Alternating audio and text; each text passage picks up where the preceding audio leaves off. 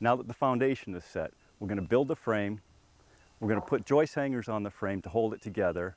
We're going to square the frame up, and then we're going to put the subfloor down on top of it, nail it tight, and that'll hold the whole floor nice and square and straight.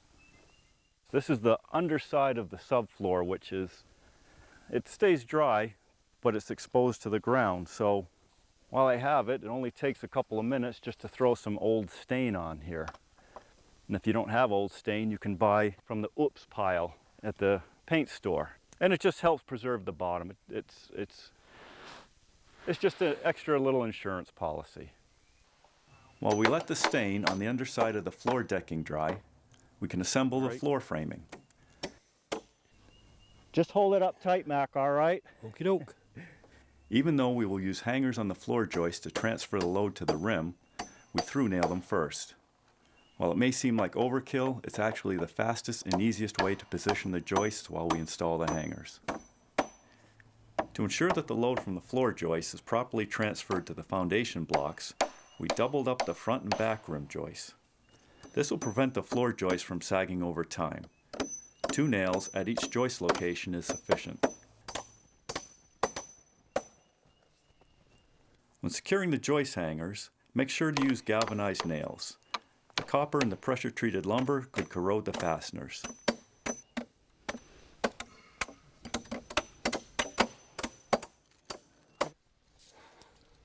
Square the floor framing prior to installing the OSB. The framing might have moved a little bit during assembly. Keep going. Oh, yep, that's good. Yep. Groove into the tongue. Groovy. Tongue into the groove.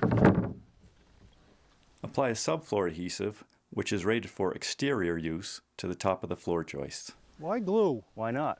Why go to that extra expense? That stuff's so pricey.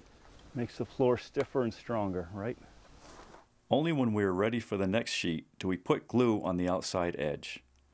This way we avoid inadvertently stepping in or putting our hand in the glue, which instantly makes a big mess.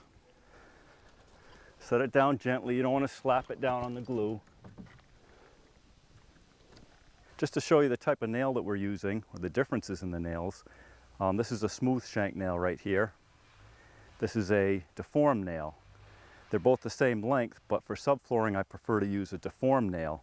This one happens to be twisted. There's some that have little rings on them. They're called ring shank nail. The purpose is that they go in and they bite a lot harder so that they're less prone to pulling out, unlike a smooth shank nail.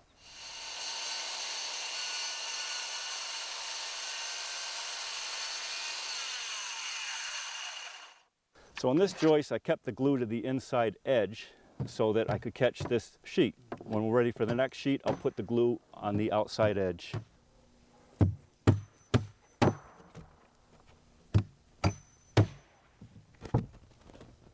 Again, it's worth it during the construction process to take the time necessary to get everything as straight and aligned as possible. Okay.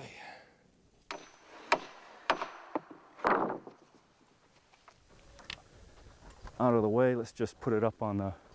This is where a lot of people miss the mark. They don't put the glue in the groove. And that's the weakest point, so that's where you want more strength. Increases the stiffness and the strength, I've read, by up to 30%. For that same reason, I stagger the butt end seams of the OSB. Use a scrap of 2x4 block and a hammer to tighten up the seams. Yep, keep going, keep going. If there's a small difference between the edge of the OSB floor and the outside of the frame, don't worry about it. It will be covered up by the wall plate.